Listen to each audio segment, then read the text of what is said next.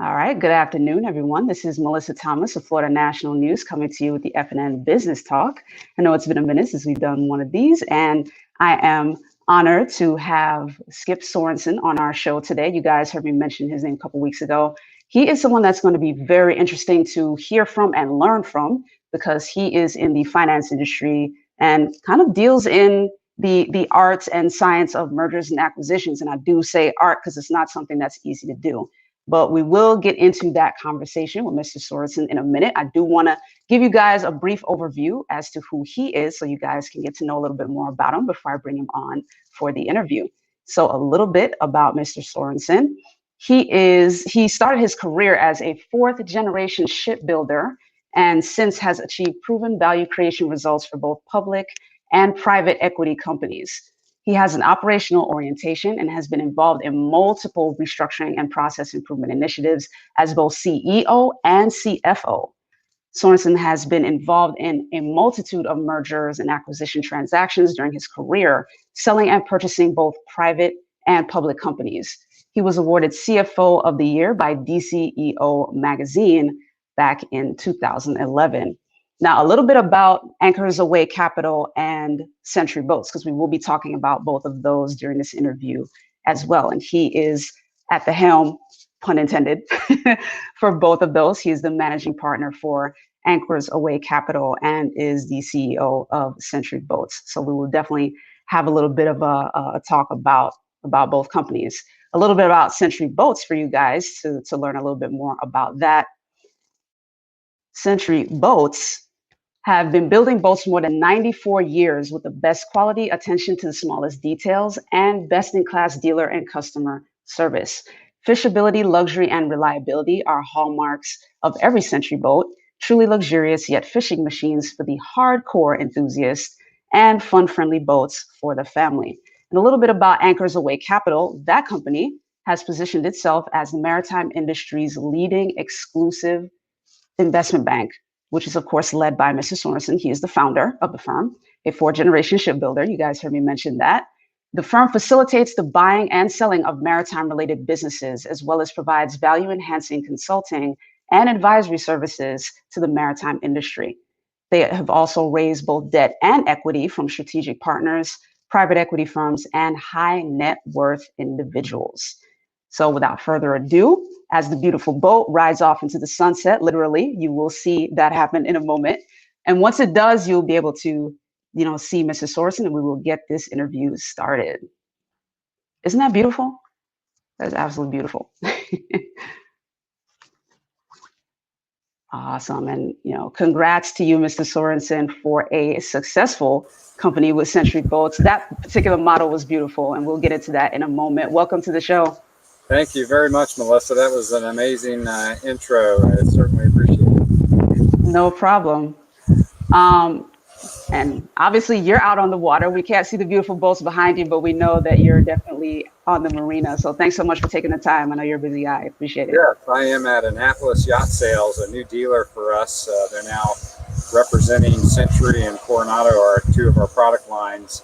And I've had great meetings with them today, and it's just a gorgeous day here and a beautiful backdrop. Absolutely. And thankfully, good weather where you are, thankfully. Yes. So talk a little bit about your background and what first drew you into the maritime and tech industries, because a lot of your previous work was also kind of in the tech sector as well. What first drew you to those industries? Yes, I started off in high school thinking I was going to be an architect, and I got tired of the tedious drawing of gears and machinery. And so I ended up saying, well, I'm going to go either into a professional golf career or into investment banking. And throughout, I played golf in college, and I realized I wasn't quite good enough for that. And before I graduated, I decided I would spend a summer at Newport News Shipbuilding, where I'm a fourth-generation shipbuilder. And I had kind of sworn up and down I would never go into shipbuilding. But I had an amazing summer. I loved it. And so starting off on the manufacturing floor, building a 688 class submarine, and ended up delivering that submarine to the Navy as I finished up my MBA and went on to a series of finance assignments in defense industry and in Dell Computer and other various IT organizations, and along the way did a number of deals, learned to do turnarounds and restructurings. And the last 4 companies that I worked for were private equity owned, and I helped them restructure and then I sold them. And so after that period of doing 4 companies in 8 years, I decided to semi-retire and get into back into investment banking, where I had hoped to start my career, and founded my own firm that literally focuses exclusively on the maritime industry, and more specifically boat businesses, boat manufacturing companies.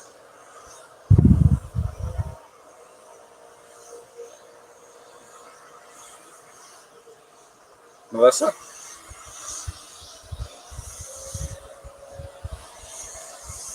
Mellissa?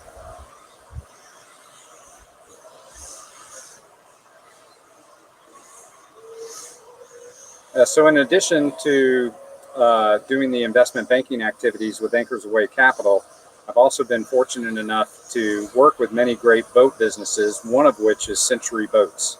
And Century Boats is, as Mellissa had stated earlier, is a 94-year-old company. Had a great following of loyal customers over the years. And so we raised a fund to purchase that business. And ultimately, I now am running that business. We've acquired other product lines, the Coronado product line. Now we offer a full suite of products from basically 20 to 32 foot. And we are an offshore and family-friendly boating company.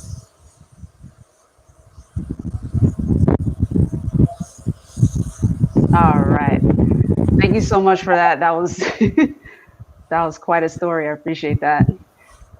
And there were some things going on my back end, so thank you so much. No problem. Appreciate that.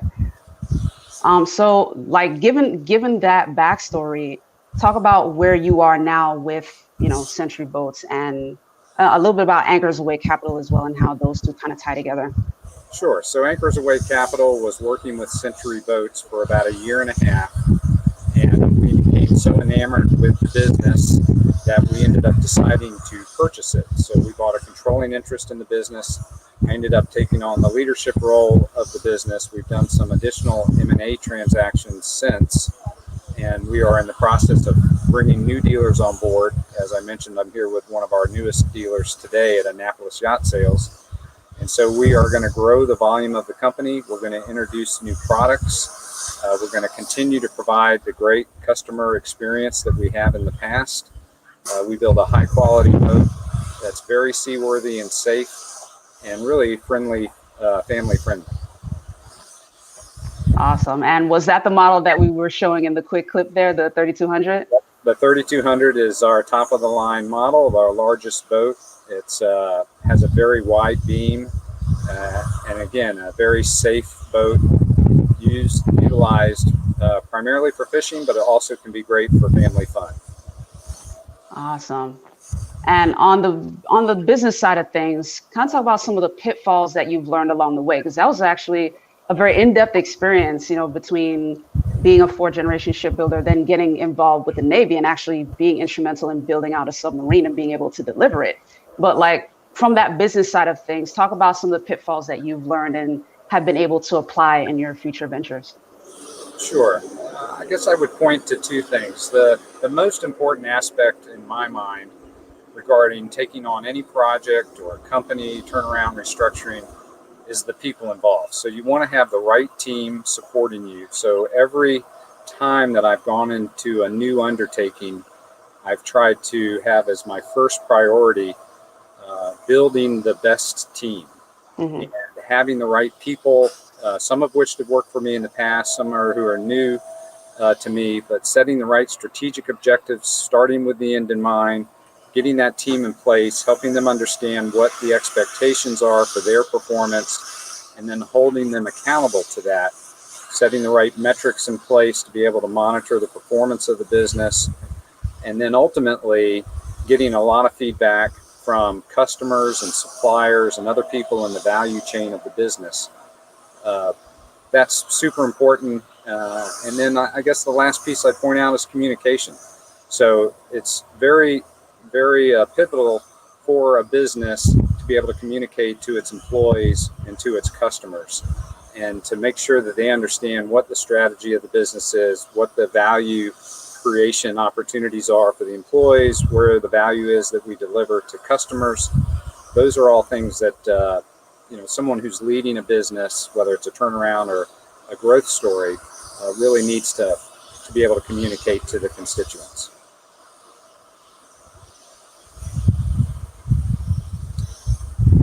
Mellissa?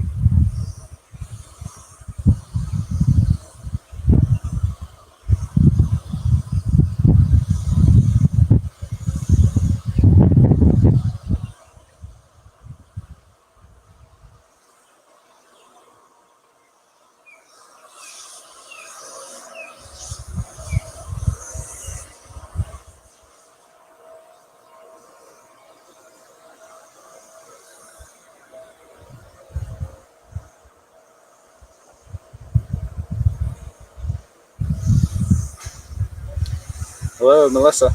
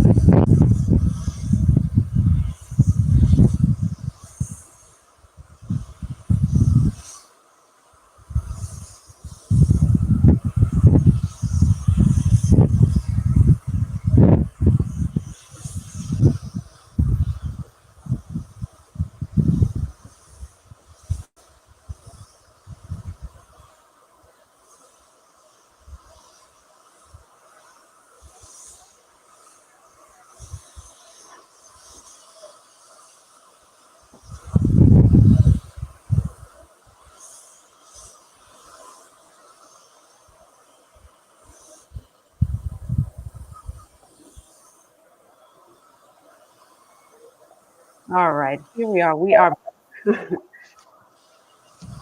Mr. Sorenson, can you hear me? Yes, I can.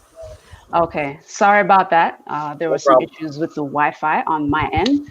Ladies and gentlemen that are watching, thank you so much for your patience. I appreciate you guys. Always good to adapt. All right, awesome. So in the meantime, actually, what we're going to do is take a quick commercial break and then come back and get a little deeper into the conversation. We do have a lot more to talk about with Mr. Sorenson. Thank you guys again for your patience. We will be right back. Make sure you stay tuned. Okay, guys, we'll be back. At Duke Energy, we deliver electricity. At Duke Energy, we deliver electricity and so much more, like free home energy assessments, rebates for energy-saving improvements. I'm not picking it up. You pick it up. I'm not picking it up. Well, somebody's got to pick it up. I'll pick it up. They're clean. 'Cause my hand is clean. Oh yeah, I'm Charmin clean. That's how I know they're clean. Charmin Ultra Strong is woven like a washcloth and just cleans better. Yeah, I'm Charmin clean. The kid does have a That's point. My hand is clean. Yeah. Enjoy the go with Charmin. At Duke Energy, we deliver electricity and so much more, like free home energy assessments, rebates for energy-saving improvements, payment options to help you better manage your budget, and even bill credits for helping the community use less energy. So no matter what you're doing, we can help you make better energy choices every day. It's just another way we bring power to your life. How much can you save?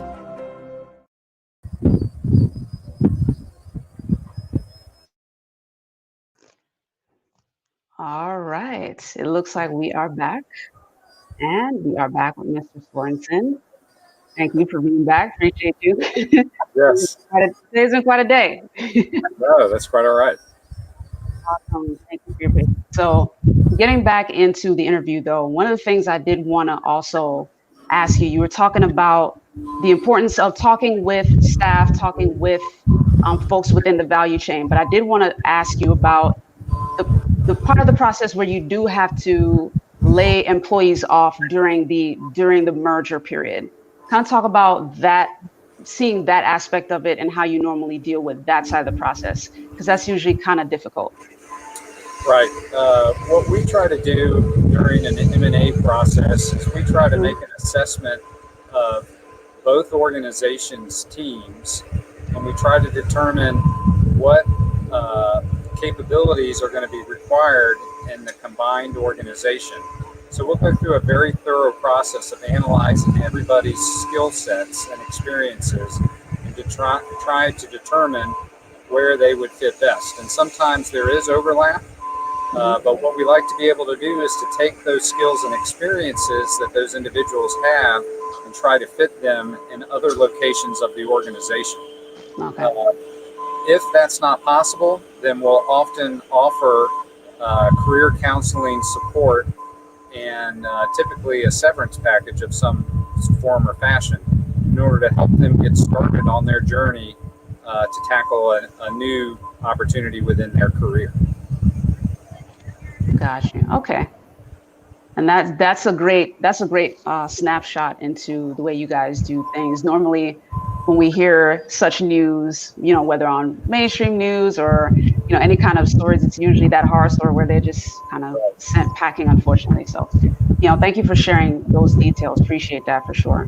Yes, there's a lot of thought that goes into that process. It's not done on an arbitrary or capricious basis. And we know that this can disrupt people's lives, so we're very conscious of that. And that's why we go through the intensive, comprehensive process that we do. Got you. That makes sense. And wanted to, also talk to you, getting a little more into Anchors Aweigh Capital and Century Boats, getting on that side of things. Sure.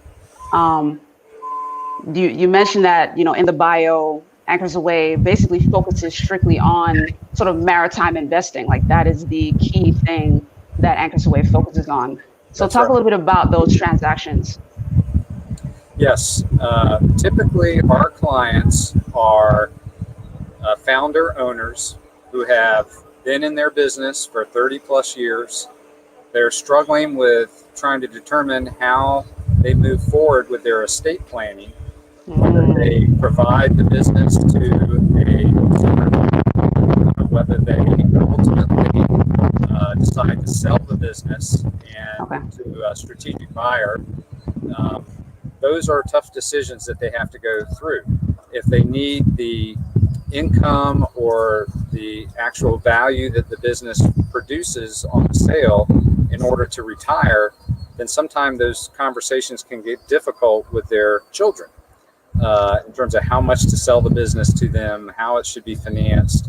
So oftentimes we'll come in and help the family work through those issues. And it's not a skill set that the business entrepreneur, business owner really possesses. So we bring that to the field, and we have a special set of experiences that go with the maritime industry and with boating.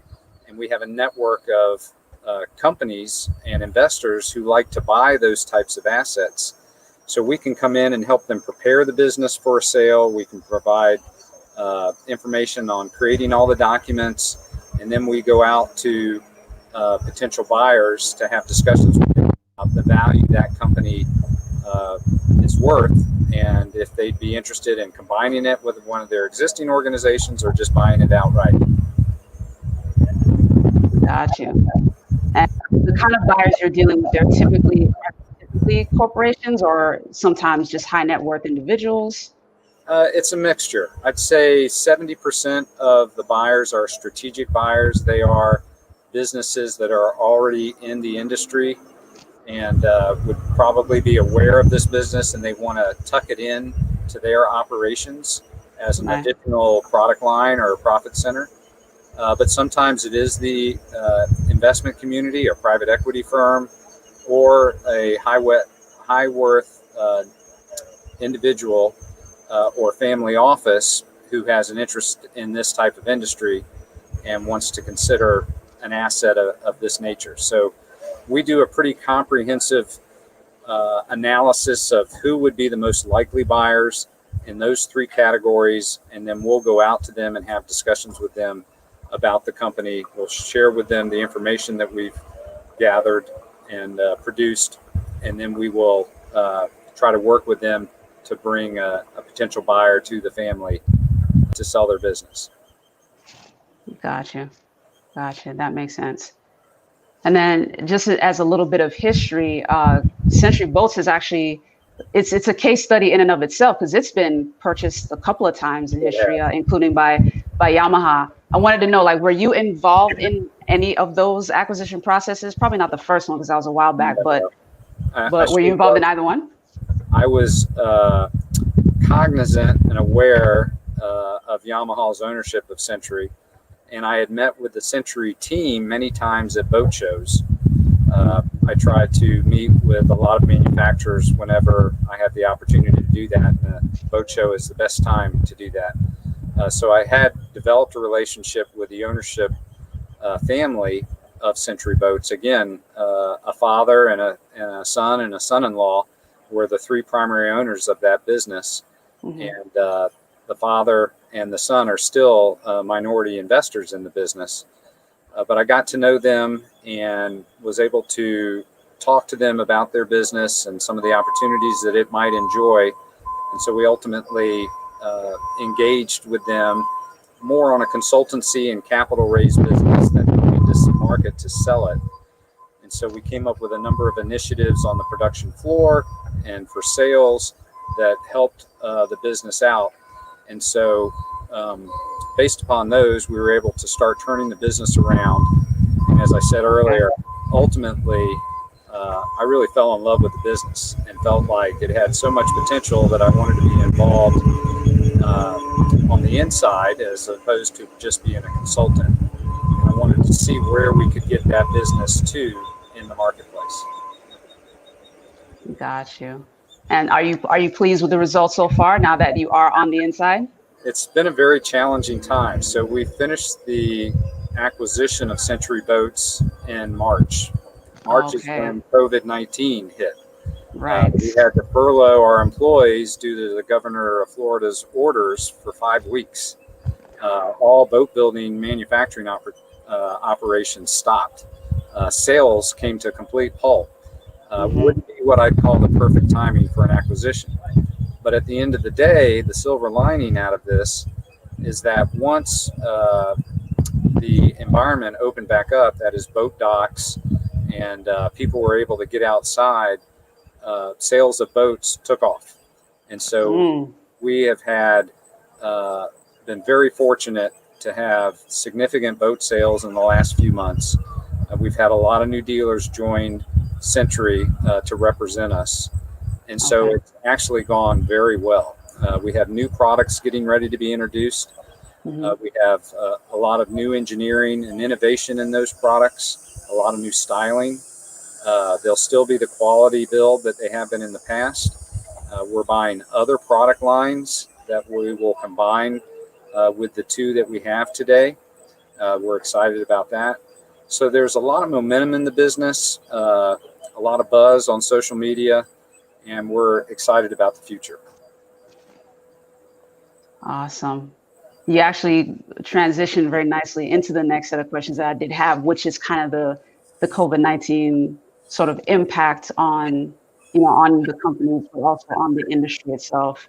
So I'm going to take one more quick commercial break and then come back and talk a little bit more about what you see in terms of the maritime industry as a whole, where it's going as COVID-19 has impacted the industry, and then what's next for Century Boats. So be right back. We're going to try this again with the commercial break. Stay tuned, everybody.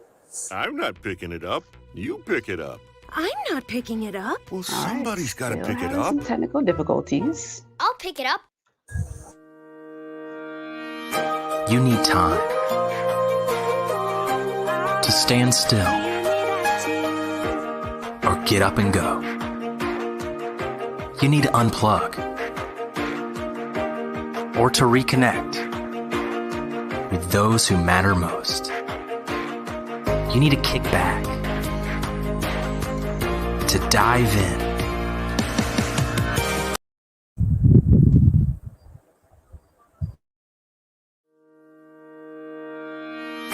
You need time to stand still or get up and go. You need to unplug or to reconnect with those who matter most. You need to kick back, to dive in. At Duke Energy, we deliver electricity and so much more, like free home energy assessments, rebates for energy-saving improvements, payment options to help you better manage your budget, and even bill credits for helping the community use less energy. So no matter what you're doing, we can help you make better energy choices every day. It's just another way we bring power to your life. How much can you save?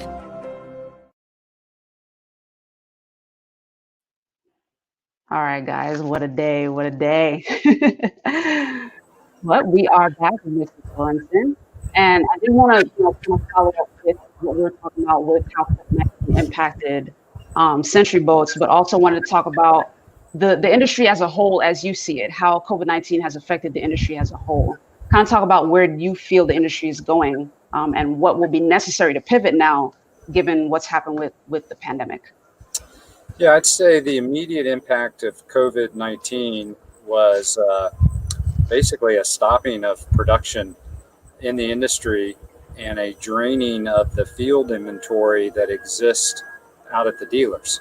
So, as I mentioned, the silver lining to COVID-19 is that families were caused to spend a lot more time together and to find new ways to spend that time together, as opposed to coop up in their homes. They ended up deciding to go outside, and one of those activities was either getting into an RV or getting into a boat. So we've seen dealer inventories go down dramatically, which is good for the industry. But now the boat manufacturers are struggling to build new boats to meet the demand that's out there. So that's been the immediate impact. The secondary impact, and I think a big trend within the industry, is there are more boat rental activities going on and more boat clubs being created. This is a great way for people to get into boating that don't have much experience or can't afford the ownership, maintenance, and upkeep of a boat. They can go rent a boat for a day or for a few hours, or they can join a boat club and they can have the boat ready for them when they get to the marina, and they can go out on that. Century is building just the right kind of boat for those activities, both rentals and club ownership. And so we hope to work with all of the major clubs and marinas that have rental and boat club programs, and to help them with their assets, help them acquire boats, service those boats, and have them ready for their customers. Makes sense. And for someone who is brand new to boating and wants to get into kind of that boat club, where can they best access those boat clubs? There's two sources really. Their local marina would be the first place I'd recommend they start. Not all marinas have a boat club or rental program, but quite a few do. If they don't, they'll know how to recommend a rental program or a club to you. The second way to find out about rental and boat clubs is going online. So if you put your geographic address in and boat club or boat rental, typically there'll be a list of options that pop up, and you can make a few phone calls, talk to some folks, garner some information and data about how it works. Go talk to some current customers that are members or have rented boats from those organizations, and then do your homework and then find the program that's right for you. Awesome. And for someone who wants to get in on the business end of it, how would they normally take that first step? Would they reach out to a company like Anchors Aweigh, or would they start on a slightly lower or smaller scale, taking smaller steps? Well, there are academic programs for the maritime industry. There's naval architecture, marine engineering. So there are technical ways to get into the industry. Obviously, there's also manufacturing degrees if you want to get into manufacturing management. There's technical and apprentice programs if you want to get into being a tradesman within a shipyard or a boat manufacturing facility.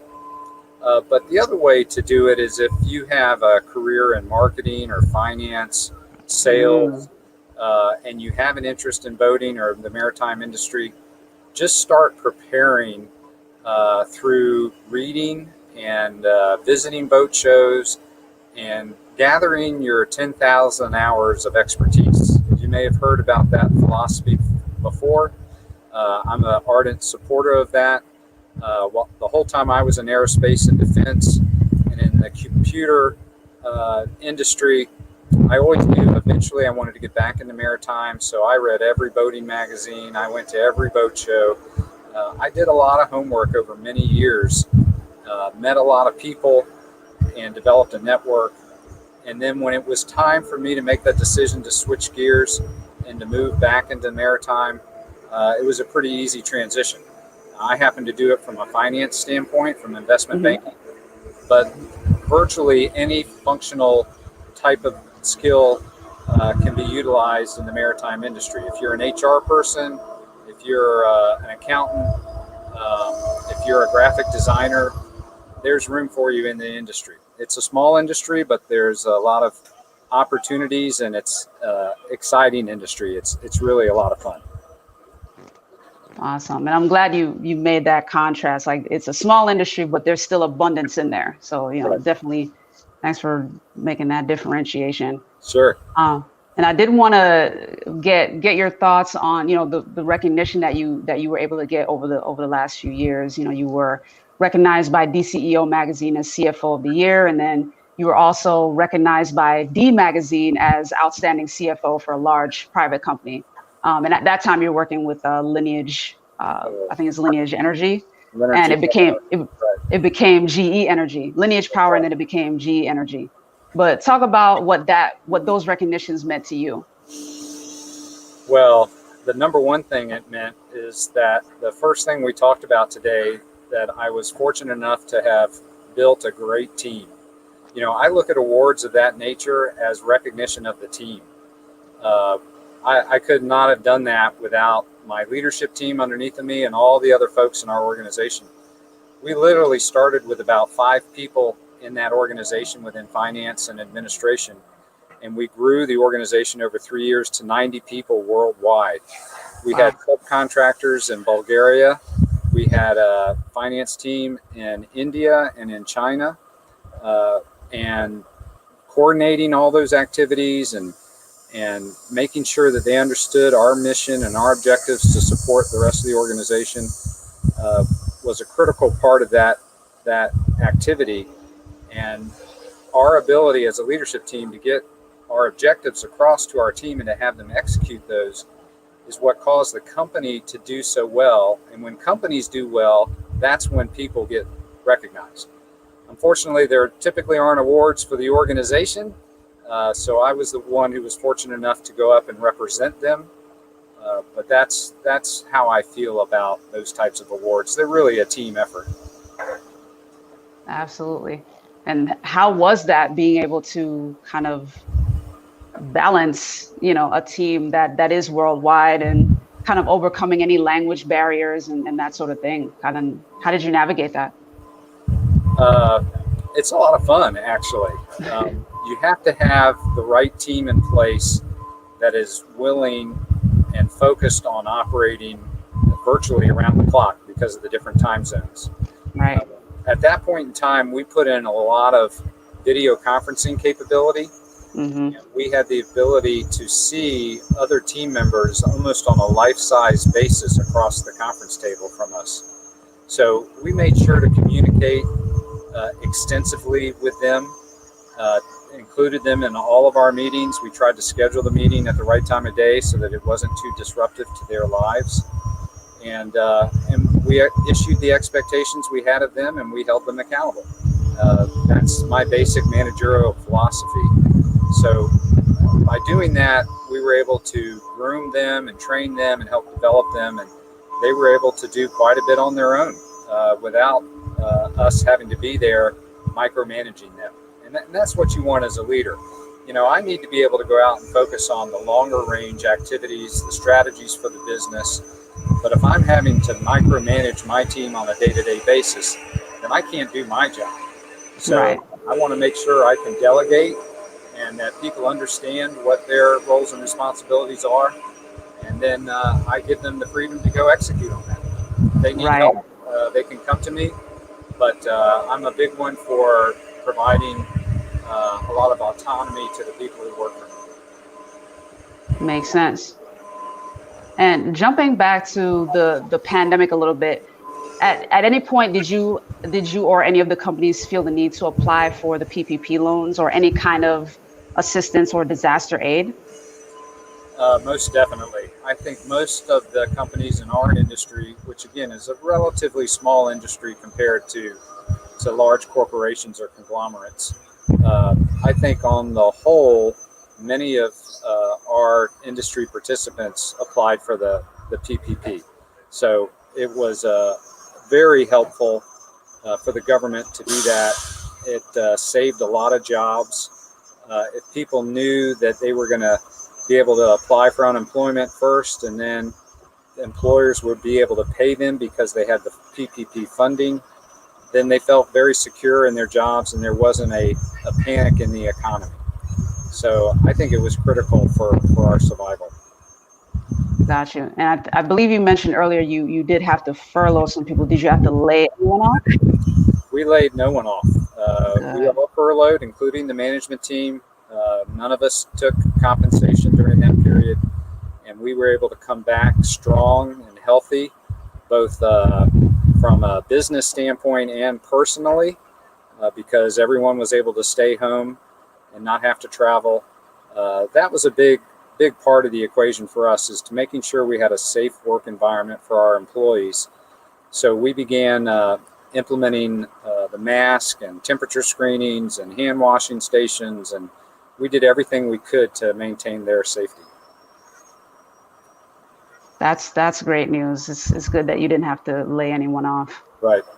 And then jumping into a little more of the personal side of things, I always like to do this on the show, just kind of to let people get the meat and potatoes, learn more about the business, but then learn a little bit more about the person. So Right. for you, what has been the most meaningful part of your job, or your favorite part of the work that you do? Oh, by far, it has been helping the people who work with me grow and develop. I have a sister company called United Executive Agency, Okay. which is a firm that's been set up much like an agency would be for stars, movie stars, or sports figures. We've set ours up for executives. And over my career, I've had the good fortune to help people at very low levels in the organization rise up to vice president and leadership roles by giving them coaching and mentoring along the way. To see them then also follow me from company to company, 3, 4, 5 different companies, and to be a part of our successes, that's super rewarding. The second thing I would point to is I'm a very competitive person, and I like to win in the marketplace. So business allows me the opportunity to do that, especially because I set goals for the businesses and then we work hard to achieve them. And that's just like you would in the sports arena. Right. You set a goal of trying to perform in a certain way, and then you measure yourself against that. So I love that aspect of being in business and helping the company win. And then speaking of sports, since you did mention that, what are your favorite sports? What do you normally follow the most?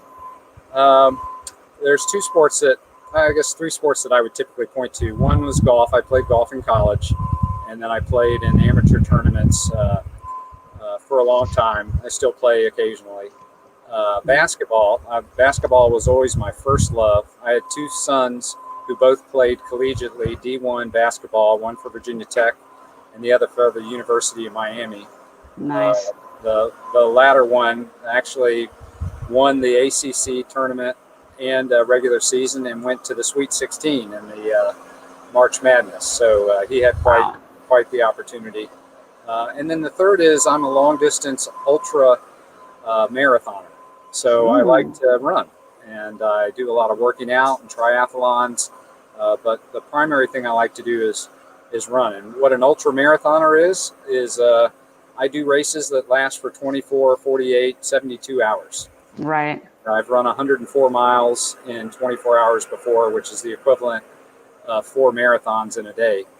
And I used to have an issue with not being able to meditate. And so I asked a number of people over the years, how do I meditate? I'd go to training. I can't figure it out. There are a lot of executives out there who use meditation as a way to come up with the next big idea. Right. So ultimately, I met somebody who trained people on how to meditate, and they started asking me about what I did on a daily basis, and I mentioned my runs. And they said, oh, do you ever have any ideas while you're running? I said, oh, of course. That's my best time for coming up with ideas. They said, you're doing what's known as moving meditation.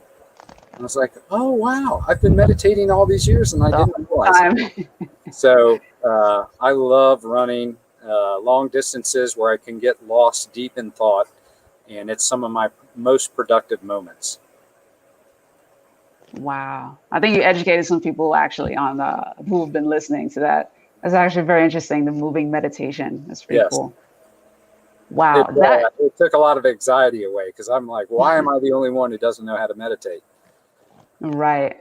That could open up a whole other conversation just in terms of discipline and diet and, the preparation for those, for each of those. A lot of training. It took me 7 years to train to get to that point where I could run 100 miles in a day. Wow. Yeah. Well, certainly congratulations on being able to do it. That certainly takes a lot of discipline. You briefly mentioned a little bit about another boat that you have in development right now. So I wanted to kind of ask you what else is next for Century Boats and Anchor. Oh, for sure. So we purchased another product line we renamed it the Coronado, which is the most popular brand that Century has had over the years. That's a family cruising boat in a New England style, all-American classic styling that can also be used for fishing. It's a great complement to our offshore heavy-duty fishing boats that are family-friendly. So that was introduced to the marketplace in April. We're now in negotiations on acquiring a company that will provide a sport boat product line for us. So boats from 12 foot to 28 foot that house 2 to 4 people that are great for lakes or inland waterways that are just fun to zip around on. They're not speed boats, but they look like speed boats. That product line should join us in the next month or so. We're looking at adding a bay boat product line, which is very popular in Florida. And then on the large end of the spectrum, we are contemplating a sport fishing product line for deep sea fishing purposes that would run from basically 40 foot to 70 foot boats. And then we also are creating Century yachts, which will be 4 different products, a 70 footer, an 85, a 100, and a 115. The reason we're doing that is because I've spent the last 2 years renovating, or what's known as a refit in the maritime industry, a 100-foot Broward that we're going to rebrand as a Century. I'm using it for another business that I have called Club Yacht Charter, which is a club that has 1,200 members where you can charter yachts out of. So we're going to do other refits of other Browards for other owners, and they can put their boats into the club. Or someone can come to us and we have new designs for boats at those sizes, and we will sell them a yacht. So we'll ultimately have a product line that spans from 12 foot to 115 foot in size. and it will represent 6 different categories and styles of boats. Awesome. Well, certainly congratulations on what's coming up next. That sounds very exciting. It's because we have such a great team in place. We've set the right goals and objectives for them, and everybody's out executing against those. And so we've been very fortunate that we've got the team that we do. Absolutely. And of everything that we talked about, perhaps maybe this is one that you haven't yet, but can you discuss one particular project or design project that has impacted you the most? I've done a major 3-year home renovation. I've built a condo that was loosely styled as a yacht in Dallas that took 4 years to undertake.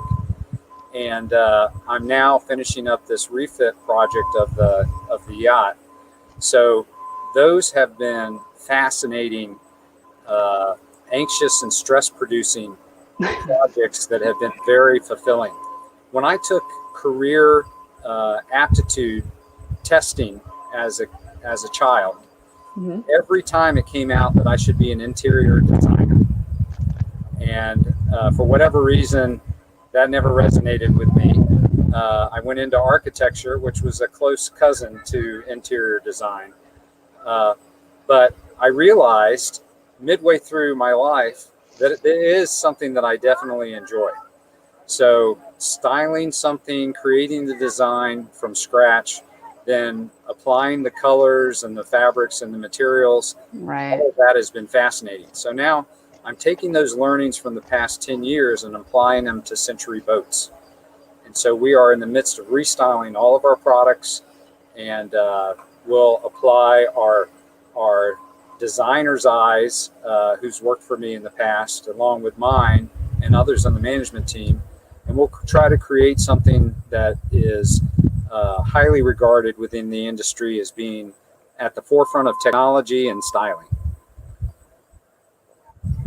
Awesome.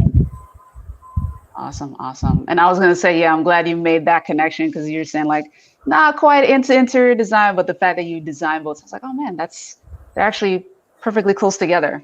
Yes. So I'm glad, It's amazing. Interior design was identified as something I should end up doing, and I did. And then our architecture and investment banking was also something that I aspired to do as a teenager, and I ultimately ended up in. And so it's kind of funny how things make the worked out cycle at the end of a career. Absolutely. And then lastly, to wrap up, I know we touched on a lot of things during the interview, but is there anything that you want the audience to know that we haven't discussed yet? I think my main message is find ways to relax and to de-stress during these turbulent times, whether it's in an RV or it's at home in the backyard or whether it's out on a boat. But find ways to take advantage of this time frame. It's a once in a generation, in a lifetime, in the history of mankind opportunity for the wheels to stop a little bit, for us all to take a deep breath, get to know each other better, and to have this family time. So if a boat is the right choice for you to have that quality family time, then come visit Century's website, give us a call. I'm happy to talk through all of our different products, and give us a look. We've been around for a long time. We've made a lot of families happy. We have a customer list that's 10,000 names strong. One of the benefits of having that in a business, which, mind you, has never been leveraged, we have never contacted those 10,000 folks as a group, which we hope to do very soon. But because there are that many satisfied customers out there, trust me, if you come give Century a look, you'll be happy and satisfied with your decision. Very well said. And ladies and gentlemen, if you are interested, the links for both websites are on the screen below. The links for Century Boats, centuryboats.com. And for those of you who are interested in investing, Anchors Aweigh Capital, the link for that website is below as well. Skip Sorenson, thank you so much again for for being with us on the FNN Business Talk and for your patience with the tech glitches. You've been very gracious. Mellissa, And it's a pleasure talking to you. Thank you so much for having us, and we look forward to talking to you as things develop with Century in the future. absolutely, absolutely. You have a great rest of your day. Thanks, you too. All right. All right, guys, that does it here for us at the FNN Business Talk.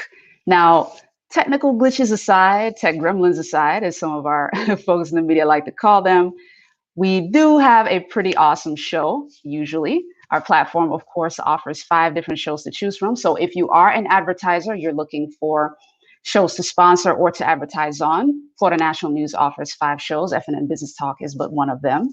So just shoot us an email at ads@floridanationalnews.com to find out more and if you're interested. And if you haven't already, be sure to like, follow, and subscribe. You can find us at Florida National News on Facebook, YouTube, and Instagram. You can find all the posts there. And on YouTube, make sure you also click the little bell icon to get all the notifications for all of our shows. In the meantime, guys, thank you for being so gracious and so patient as well in the midst of all of our tech glitches. Much love to you guys. Appreciate you. And we will see you next time. I will be back at 5 p.m. in a different way, not necessarily live. I do have to do things ahead of time, but you'll see the evening news rundown at 5 p.m. Eastern. And it is Wednesday, so the lovely Angel Perry will be with me. We will be discussing a serious topic today, so be sure to tune in, and I will see you then. Take care.